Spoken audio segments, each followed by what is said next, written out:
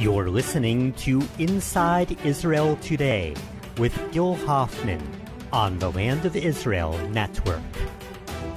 Hello and welcome to Inside Israel Today here on the Land of Israel Network on thelandofisrael.com. We're broadcasting from Jerusalem from a special site. You can see in the background the American consulate that on the 14th of May will be inaugurated, perhaps by the President of the United States, we'll find out soon, as the American Embassy in Jerusalem. For the first time ever, the United States is recognizing Jerusalem as the capital of Israel, as it has been for 3,000 years. And at first we thought it would take 10 years maybe to move the embassy over here after Trump announced it on December 6th. But already it's going to be happening this May, after the President of the United States told a group of evangelical Christians from the CPAC organization that he wants to do it right away. It will be part of the 70th birthday celebrations of Israel coming up that we're very excited about. And so here we are. It's a very nonchalant kind of setting here in a residential neighborhood in Jerusalem, in Arnona, a neighborhood that I used to be a homeowner in. We're raised two wonderful children, and it's a very special, very warm community over here where the Americans are being welcomed warmly. It's a little strange having it here, though. It's kind of in the middle of nowhere. This, between 1948 and 1967, was no man's land, right on the border between Jordan and Israel. The border here is kind of jagged and a little confusing. When I bought my home here, I didn't even know what side of the border it was on. In fact, the realtor who actually lives in the neighborhood, who sold me the apartment, she didn't know either. Even a tour guide who lives down the street from me.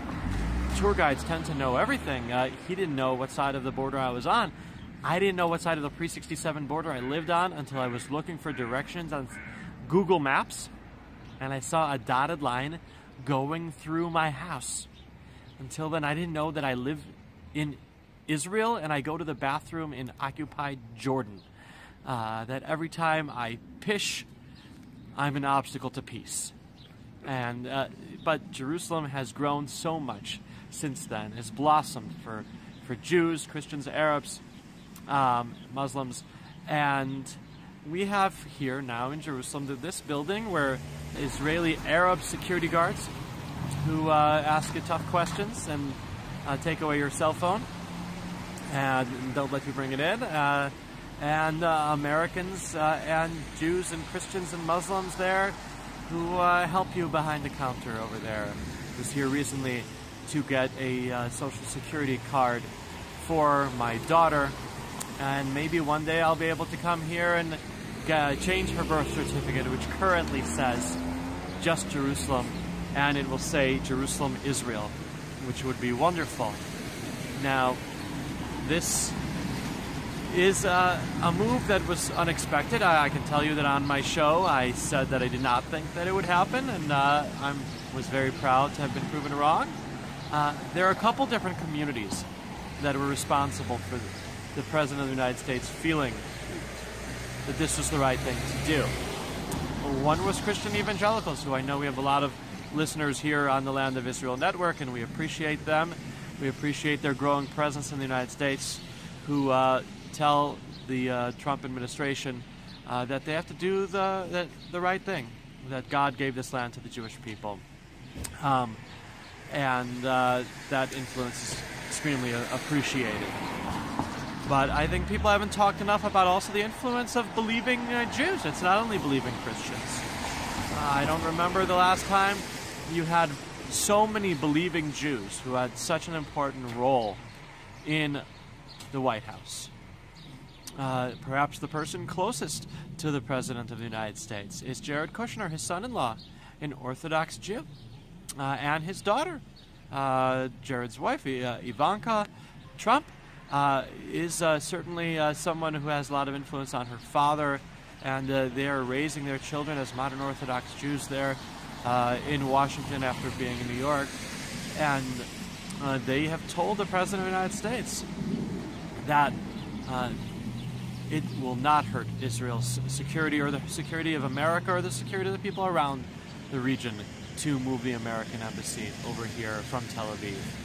And there's also David Friedman, the ambassador, who said during the campaign that the embassy would move. And I remember covering an event here in Jerusalem where David Friedman, who's now the ambassador, told the crowd that if State Department clerks tell Donald Trump that he can't move the embassy from Tel Aviv to Jerusalem, Trump would tell them, "You're fired." His signature line from his television show that he had before. And so it's really happening, and it's going to be happening as part of the celebrations of Israel's 70th birthday, which now will have extra special meaning. And it's the kind of thing that really unites Jerusalemites. There are a lot of different disputes among Jerusalemites over here. We have an election coming up here for mayor of Jerusalem. We don't know yet whether our current mayor, Nir Barkat, will be running for re-election. He might decide to instead enter national politics and try to be the successor to Netanyahu. Or maybe he will stay on and continue to try to serve the residents of Jerusalem. He's had fights lately with the Treasury for funding for Jerusalem that have been very divisive, caused problems, and different people have different views about that. But here, this is an issue that for me as the political correspondent, my job is to cover Israelis fighting with other Israelis, Israeli politicians attacking other politicians. When Trump announced that the embassy would be moving, I got no critical statements. I got across the board positive statements from Israeli politicians. I've even asked since then, when there was a little bit of violence, not as much as it looked like in the international media, but when there was a little bit of violence, I asked again the leaders of the opposition parties, Yair Lapid of the centrist Yesh Atid party, Avi Gabay of the center-left Zionist Union Party. I asked them, do you regret showing enthusiastic support for the president's decision to move the embassy from Tel Aviv to Jerusalem? And they said, we don't regret it for even a single moment. This is where the embassy has to be. So it's only going to be temporarily over here in this building. They're going to be building additional offices over here, and they are saying that this is not where they're going to have the permanent embassy. They are still going to be building an actual new building. There is a tract of land not far away from here on the corner of Derech Hebron and Yanofsky, where the United States owns the land and can build a new building over there. When the United States moved its embassy in England, and it took 9 years to do, so there might still take time. But there's more significance of America recognizing Jerusalem as our capital and putting the embassy in this neighborhood, because this area has biblical significance. Abraham, Isaac, and Jacob walked around here. When Abraham took Isaac to Jerusalem, to Mount Moriah, and came from the Hebron area, he went on a path that became known as Derech Hebron, the path of Hebron, that connected Hebron to Jerusalem. The current paved road known as Derech Hebron, as Hebron Road, is said to be a little bit to the west of where the actual path was in the past. So maybe it was along this path right over here, where we are a little bit to the east of the present Derech Hebron. Maybe this is where Abraham, Isaac, and Jacob walked. It's a little closer, a little bit more direct to the site of where the holy temples were then built afterward, on the site where Abraham took Isaac to be sacrificed and ultimately sacrificed the ram after passing God's test. So this is a site where Abraham, where the first Jew, was on the way to pass this all-important test. There are many tests ahead for the current leaders of the Jewish people, for the current leaders of the State of Israel. Netanyahu succeeded, I'm sure he'll also take credit in persuading the President of the United States to make this move. And those who are saying that maybe he'll initiate an election, I certainly don't think he'll initiate an election before the 14th of May. He's going to want to be here on the 14th of May. Perhaps with the President of the United States as well. He's going to be asking him next week to come here and be a part of the celebration. But on the 14th of May, Netanyahu will be here cutting a ribbon in front of this building that's already been around for several years. But celebrating that it's becoming the embassy. So I'm glad that I could take my listeners, and in this case also viewers, here on location, here in Jerusalem, to see where history is being made and be a part of Jerusalem, and be a part of the history, because we are proud to be a part of history, to live history, living here in Jerusalem day in and day out. And on the Land of Israel Network, we make you a part of that history. So thank you, and have a wonderful day, and happy Purim, the festive day where we wear costumes and we celebrate God saving the Jewish people back in the days of ancient Persia, and also today, to this very day. Thank you. We have here Fleur Hassan Nahum, a city councilwoman of the great city of Jerusalem and the leader of the Yerushalmim party. Fleur, thank you for being on Inside Israel today on the Land of Israel Network on thelandofisrael.com. It's my pleasure. Thank you for inviting me. So here we have the future site of the American Embassy, where there's currently a consulate.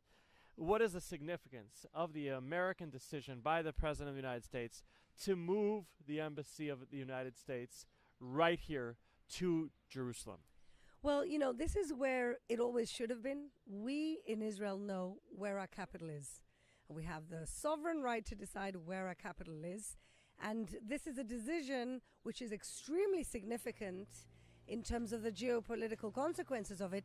But it's something that we already all knew in our hearts and our minds, that Jerusalem is the capital of the state of Israel.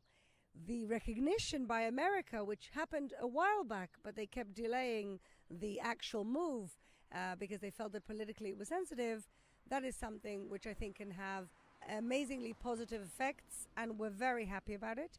I think it can lead us to a domino effect where other countries begin to move their embassies to Jerusalem, and that can only be a good thing. But is it something we didn't already know? No, we knew that this was our capital. It's nice to be recognized. And now we had a decision this week by the President of the United States that he's going to be advancing this move. Earlier he said it would take 10 years. Then when Netanyahu said it's actually going to happen the next year, the Trump administration denied it. Then the Vice President said sooner than people think. And now this past weekend the President said to a group of Christians in the United States, it's already going to happen in honor of Israel's Independence Day. What will that do for the celebrations here in our capital? I think it'll give the celebrations another interesting dynamic. I think if it does happen, you know, because politically you can say a lot of things and make a lot of statements and make a lot of headlines, and in the end they find reasons to say, no, it wasn't practical. I really hope it does happen. Yom Ha'atzmaut for 70 years of Israel would be a real landmark day and period in which to move the embassy, and the sooner the better. That's what I think. Why do you think he did it? Why do I think Trump announced this, or why do you think he's moving the embassy? I think a lot of his base is the evangelical Christians, and I think the evangelical Christians know and have been lobbying for this for many, many years. And I believe that this is a gesture of him and probably Mike Pence, who's been pushing very hard in the background to do this for them. Of course, you know, he has interests in strengthening an ally like Israel. But if you ask me why this has happened, I think it's because the evangelical Christians were responsible for getting him elected president, and this is his present to them. A wonderful present it is. For all of us. Indeed. Now, it's a little strange having it here, though.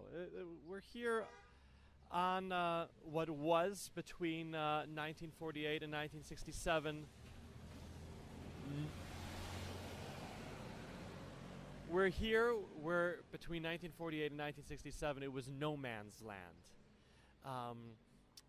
Right in the heart of a residential neighborhood. as a city councilwoman, isn't this a little bit strange and perhaps even an annoyance for the people who live here? It may be an annoyance. I think living next to an embassy anywhere in the city must be an annoyance. I think the fact that it's in no man's land, it's no longer no man's land. This is built around. There are Arab villages not far from here. All of this is Jerusalem residents, regular Jewish residents. So in a way, it could be seen as a place where the two sides can actually meet. Let's not look at the negative aspects. Let's look at the positive aspects. You know, you can see Jordan, you can see the Dead Sea. It's fantastic. This perhaps is the message that the embassy in Jerusalem should bring about a peaceful resolution of Jerusalem rather than conflict, as many of the extremists are trying to paint it.